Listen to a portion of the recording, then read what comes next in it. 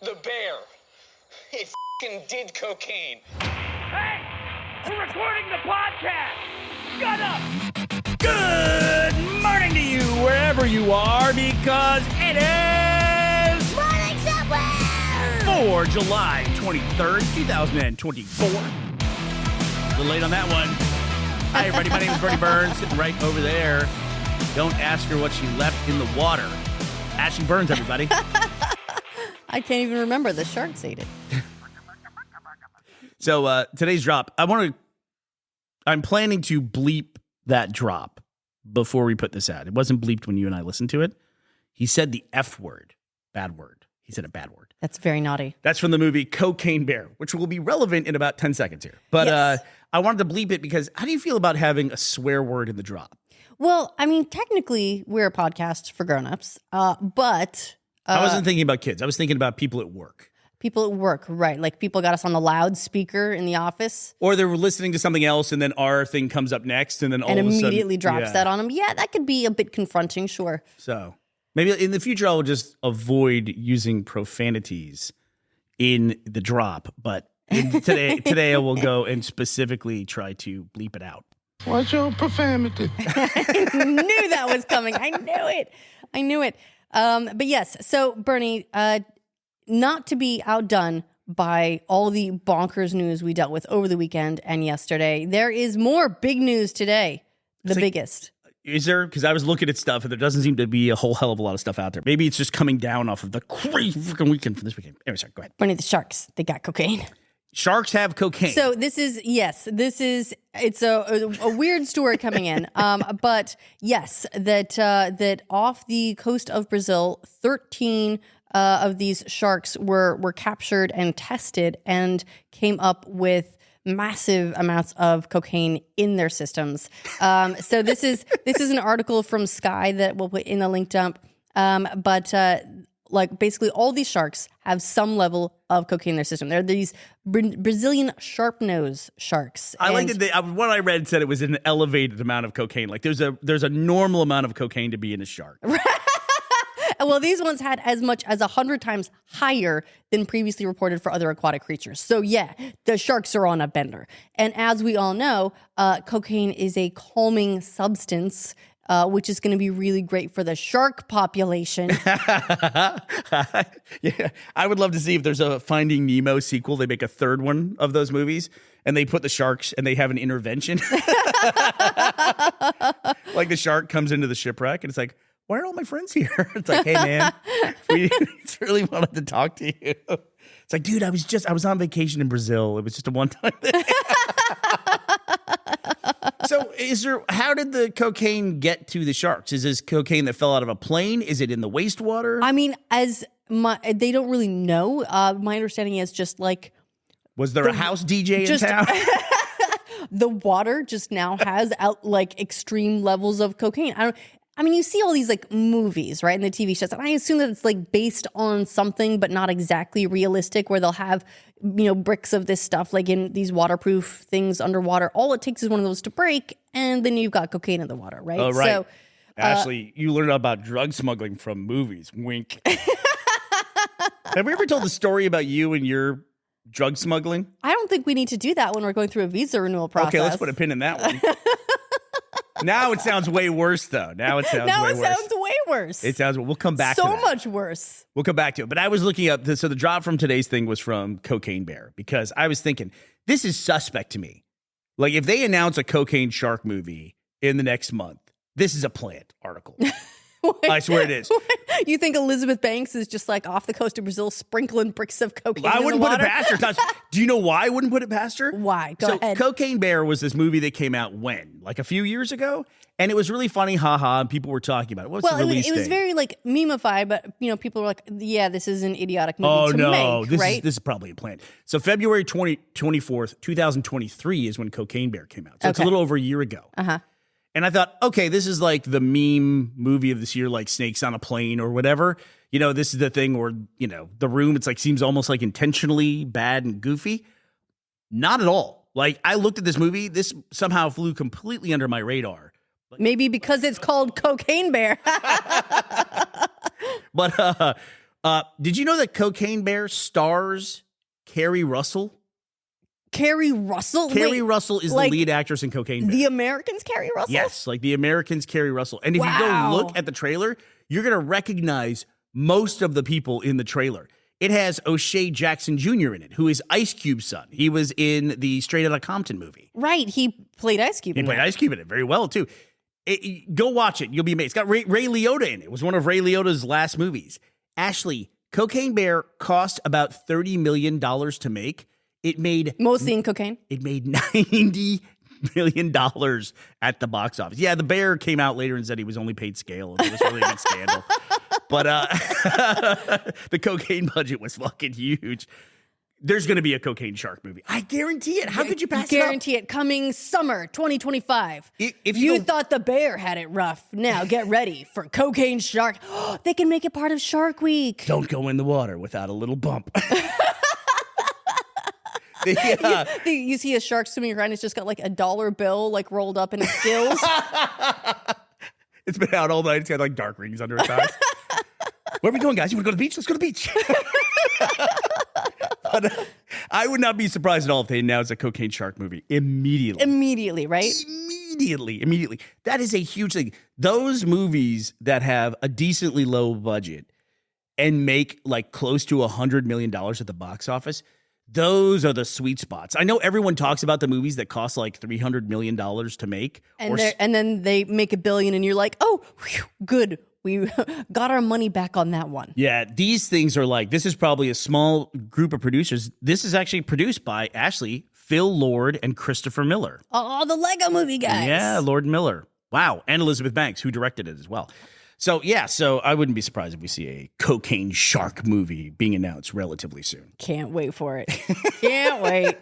Man, if they make that part of Shark Week, that'd be great. When is Shark Week? So we did a Shark Week episode, and it came out in August. Okay. I believe. Okay. So can you see me over here getting tense? That was one of the I worst do. productions of my life.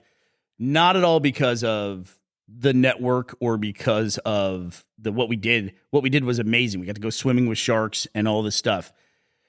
But there was a particularly stressful thing. Do you remember what we were doing, you and I, Ashley? Let me see if you can remember this. It's really obscure. Yeah, let's see. Right before we had to plan this trip to go and swim with the sharks. Let's see. Was that? Oh, yeah. We were trying to get married. We were trying to get married. And there was this long period of time where we knew we were going to be in the water swimming with sharks. That was the most important day of the production. And there was this very professional shark team, really amazing crew. And I was just asking every day for 5 months, can you please just tell me what day? Because I need to plan this wedding. And if I plan the wedding and suddenly you put the shark date on that day, I got a big problem on my hands. Can someone just tell me what day we're going to be in the water with the sharks? I'll handle the rest of it from there. 5 straight months of asking that question and couldn't get an answer till like 3 weeks beforehand. Eventually we just took a risk and did it. Yeah. And I had to fly. We got married. You and I got married in Hawaii on a beach with your mom and your dad there. And I flew, what was it? I flew from there to the Bahamas or from the Bahamas to there? You flew from the Bahamas to there and you showed up looking like you'd been, I don't That's know, right. through a war. Like you're like, because you got bit by all the, like, what do they call them? The no-see-ums, the little Caribbean midgies. Yep. And you had like all the like bites on your legs. You poor thing. Yeah. I mean, if you're going to get bit by anything, well, swimming with sharks, probably Better the than midgies. Yeah, would be the thing to get bit by. Well, maybe these sharks weren't all cocained up. But the whole problem with it was it had nothing to do with anybody working on our show. They were trying to do it as efficiently as possible. And so there was some other influencer of the moment who was going to be swimming with the sharks and they were going to bundle our like production package at the same time. And this person just couldn't get their fucking shit together. Ended up not even ever doing it and delayed everyone for months and months and months. And it was just like, hey, I'm not going to name names here. You fucking jackass. Get your fucking shit together. If I recall Trying correctly, to have a wedding. if I recall correctly, they ended up dropping out because they didn't realize the Bahamas wasn't the U.S. Right. Right. Fucking amazing. Amazing world we live in. Amazing world. Anyway, I think I figured out where the fucking sharks got their cocaine. Just had to float down to Brazil over the course of a couple of years. So yes, in answer to your question, Shark Week is in August, I think.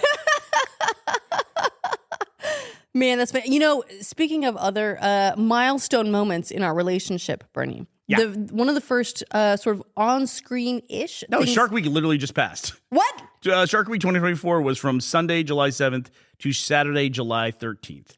That's impossible. John Cena hosted. That's awesome. You never don't hear about Shark Week. Is this really how disconnected we are We're from in the American UK. culture? So if all the celebrities were doing Shark Week and now the sharks have cocaine, I think that someone needs to answer some questions. Let's see the flight logs. That's all I'm saying. This is just set up for next year's Shark Week. But all's well that ended well. We got to swim with sharks. I got to get married. Everything was fine. But that's how close it was. I flew literally from diving. In fact, there was a period of time where I had to wait because you're not supposed to dive so far below the surface and then get on a plane within a certain amount of time. Right, because you get the bends or something. Sorry about that. That's my phone ringing. Sorry if everyone thought their phone was ringing. That's just the way that works sometimes. There's 8 billion iPhones and like 10 ringtones. Yeah. Yeah. So, I had to go through that waiting period to go on a plane to go fly and see you and get married. To see you. To see me. I'm so glad that you made it. But there's something else going on that reminds me of another milestone moment in our relationship, Bernie. And that is one of the first things that you and I ever did together on camera-ish was we played Flock. Do you want to talk about this? Well, because I got a little bone to pick with you about do this. you? Okay. So Finn somehow has discovered the game Flock is an Xbox 360 game, which is now backwards compatible on the whatever we're on now, the Xbox One plus 2 plus 8 or whatever it is. This limited edition. Yeah, limited edition Teriology Xbox. But whatever fucking edition of the Xbox is out there now with the confusing names they have. They've carried this game all the way through to where you can play it. Like when you start it, it shows you the Xbox 360 logo, which is a total nostalgia hit, by the way.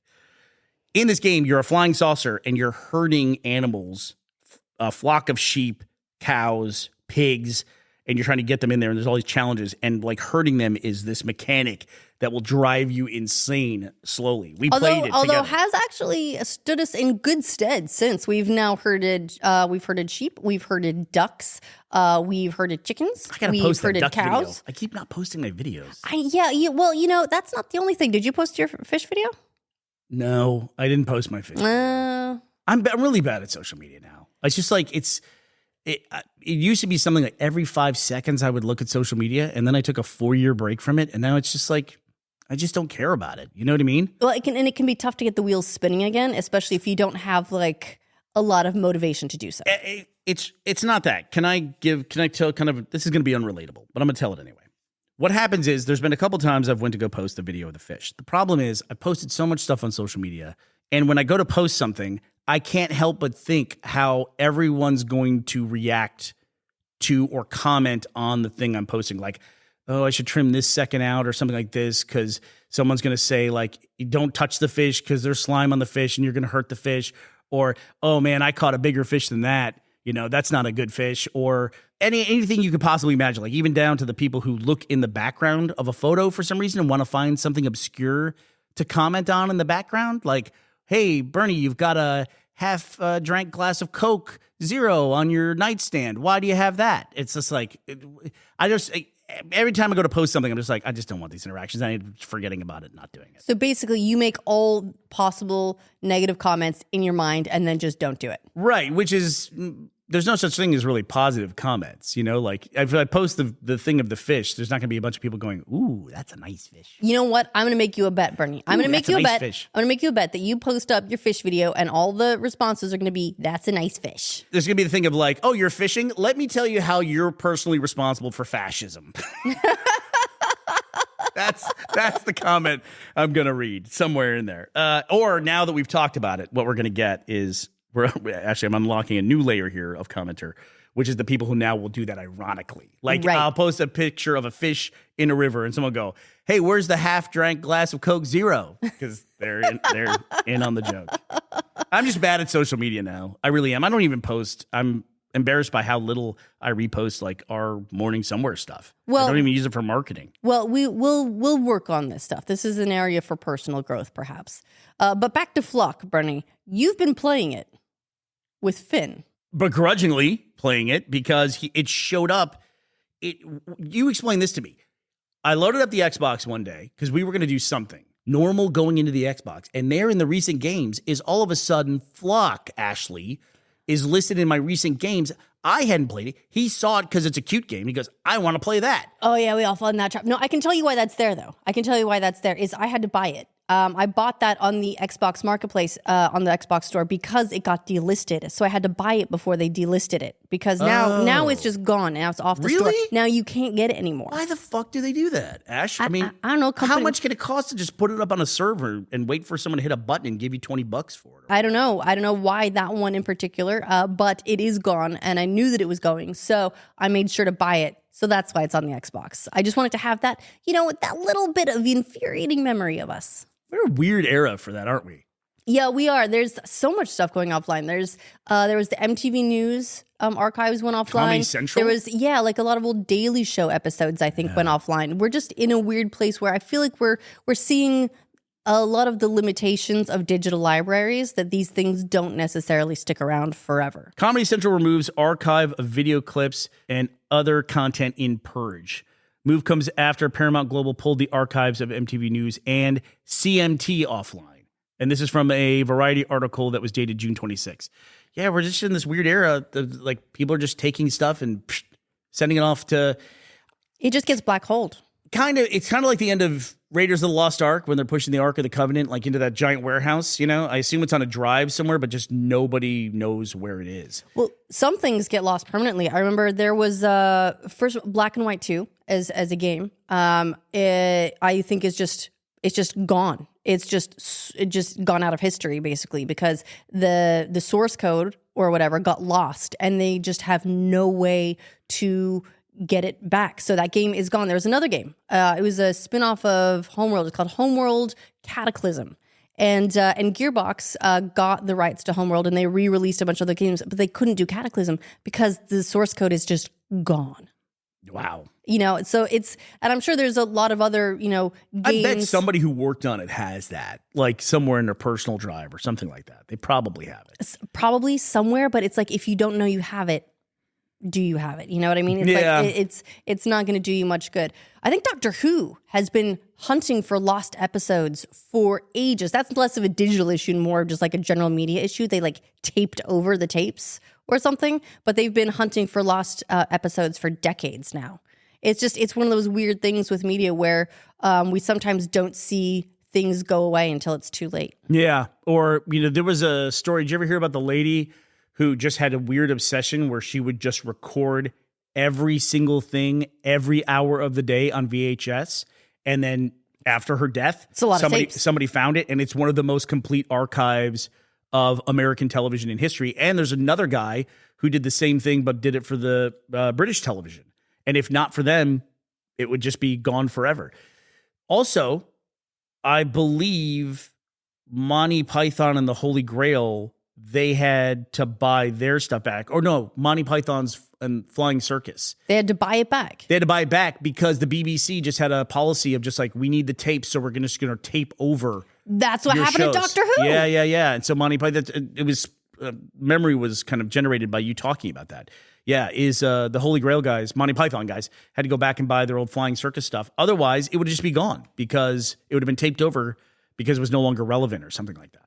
Man, it's sad when a lot of those things go away. Oh, it's completely sad. Completely sad. I want to go to some more modern media news, so we're not talking about delisted games and television shows. Let's talk about something current. This is from an AP News article by Maria Sherman. Eminem's latest album, The Death of Slim Shady, has debuted at #1 on the Billboard 200, unseating upstart young artist Taylor Swift. That newcomer? Swift's album debuted at #1 in April and held the top spot for 3 months.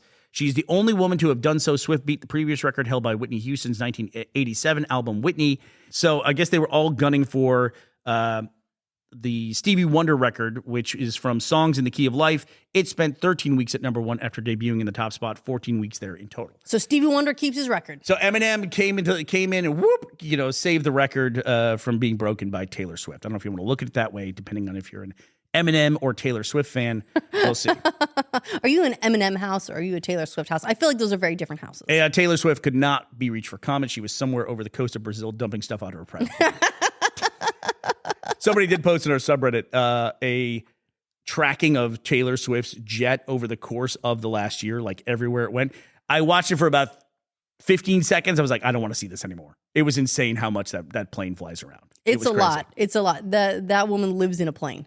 It seems like she it. doesn't have a house. Well, she does. It's a flying house. And just to wrap out media news here, Warner Brothers Discovery informs NBA it will match Amazon Prime Video's offer to air games.